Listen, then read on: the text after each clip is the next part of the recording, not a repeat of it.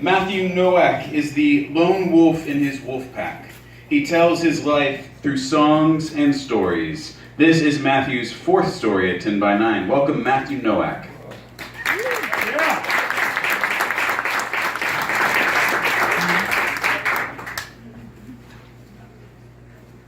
So, after being removed from a songwriting gig at the 404 Bar and Grill for weeks, unbeknownst to me, I was hell-bent on finding a way to get my music out there. There was this girl at my job named Sierra, who I got to know for the 3 days she worked. It was her first day on the job, and I remembered how to show her how to wash potatoes through the dish machine of all things. Based on how she looked, I could tell she was into music I was into. We started talking about what bands we listened to, and from there I wanted to get to know her more because she seemed like a really cool person. So I managed to get her number on the last day that she worked, in hopes of collaborating with her since she could do vocals, guitar, and even piano. But I wouldn't hear back from Sierra until a week later. I woke up one morning to a text from Sierra, and she asked if I could give her $40 since she was living in her car that was falling apart. I felt bad for her because of the circumstances she was in, so I gave her the $40 at Cracker Barrel. And Sierra gave me a hug, and I told her that since I had some free time during the week, you can stay at my place instead of staying in your car because it was winter season. Sierra then asked if it was okay if her friend would stay. I didn't know who this friend was, but I obliged. I was like, yeah, your friend can stay. So I met her friend at Buffalo Wild Wings where we all ate, and her friend's name was Wayne. Now, Wayne is a guy that was so obsessive with Sierra, despite the fact that Sierra had a girlfriend at the time. But I didn't want to say anything because I thought it was weird seeing Wayne hold Sierra's hand and, kiss her and whatnot. But I invited them over to stay at my place for the night, and we partied, we drank beer, we played cards, and we were blasting music in the bonus room at my place. And as we were all, having a great time, the music died down, and Wayne asked, you know what? We should all form a band. Now, normally, in this situation, I would decline forming a band because every time I form a band, it never works out. So, because of how drunk I was and my drive to make my music career a reality, I was on board with the idea. So, I was like, yeah, let's do this band. But Sierra and Wayne were not as serious as I was making this band work, with their hazardous relationship becoming detrimental to my health. After having Sierra and Wayne stay at my place, my life started going at a downward spiral because of my association with them. I had quit my job to focus on making this band work out. We would all hang out at a Barnes & Noble or a mall, and I would be the only one discussing ideas for the band. While Sierra and Wayne would message me individually about the problems they would be having with one another. And I could feel the tension and awkwardness as we were all hanging out at the same place, and Wayne being paranoid as he is, Sierra felt she was emotionally trapped because she didn't know whether to choose her girlfriend or Wayne. But it was clear to me that Sierra preferred her girlfriend over Wayne because I've never seen her, lead it on when it came to displaying personal displays of affection towards Wayne.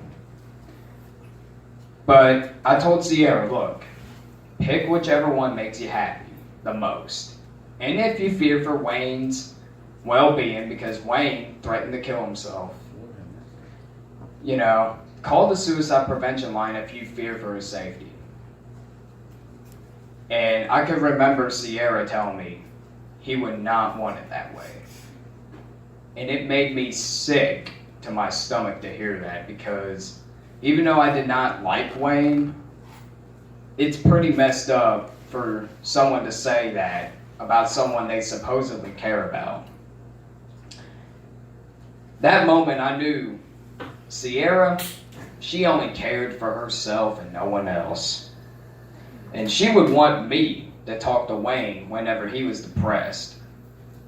And it was pointless talking to Wayne when he was depressed, because he'd be sobbing and he'd be like, I'm done. I'm done. She's the only one that I love. She's the only one that means the world to me. And honestly, I didn't really like Wayne a lot because of how insecure he was. He thought I had feelings for Sierra, which I really didn't, considering what I was seeing with my own eyes. But watching all this toxicity unfold, it really changed my life drastically, because I started drinking excessively, and it really led to some bad choices in my life. And it was my way to cope with all the negative vibes surrounding me at that time. I don't know why I continued to hang with such toxic people. The direction my life was going, I wasn't happy. A lot of money that I could have had saved up for a music career was wasted by helping them out every day, making sure they were able to get through the day. At this point, as much as I wanted to pursue a music career, all that mattered to me was maintaining a life full of contentment. In order to do that, I knew I needed to get away from Sierra and Wayne. Fortunately, I found that opening when they found a place to stay at for a while. So Sierra and Wayne, they stayed in the shed to remain hidden from certain people. I felt so relieved not having them around constantly. Within a few days, I got a better job, reconnected with friends I hadn't checked up on in months. For once, I felt happy without having to drink alcohol. As for Sierra and Wayne, turmoil is all they felt. Their relationship was failing as each day went on, and they would stay in the shed all day and night, posting live videos on Facebook, until Sierra got caught cheating by her own girlfriend, who saw that Sierra's nickname was tattooed on Wayne's arm. And I had no sympathy for Sierra and Wayne whatsoever. The only reason I probably stuck around as long as I did was to obtain the money that was owed to me. Why would I want to be friends with someone that cheats, or would get themselves involved in a situation that would just cause nothing but trouble? After all that, Sierra had the audacity to ask me if I could take Wayne to his court date the next day. I said, hell no. They had all the time in the world to figure out a ride to court, and they asked me the night before to do it. That is irresponsible behavior that came across to me as disrespect after all that I have done for them. The next day, and this gets even better, Wayne proposes to Sierra after getting caught cheating and missing his court date. And Wayne was head over heels about this. Sierra was not, though. I asked Sierra, how does it feel to be engaged knowing you all can't even afford a wedding? Sierra replied, it's okay. I started laughing hysterically because I knew how bad this was going to end for the both of them. And days later, wouldn't you know it, Sierra got back with her girlfriend and left Wayne traumatized and into obscurity. I completely cut ties with Wayne because I didn't really like him anyway. But I didn't cut ties with Sierra because I wanted to get the money she owed me. When I received money from Sierra, she had no clue of what my intentions were. The only reason she paid me back was to have me as an ally against someone she was having problems with. Much like that song from the Steve Miller Band, I took the money and ran. Sierra tried getting me involved in more of her evil ways and toxicity, but I told her I was done helping her. I let Sierra know what my true feelings were, and I finally let go of the poison that held me back. The poison wasn't the alcohol. It was the band that never became to be. But a year later, I found better people, not only as friends, but musicians as well.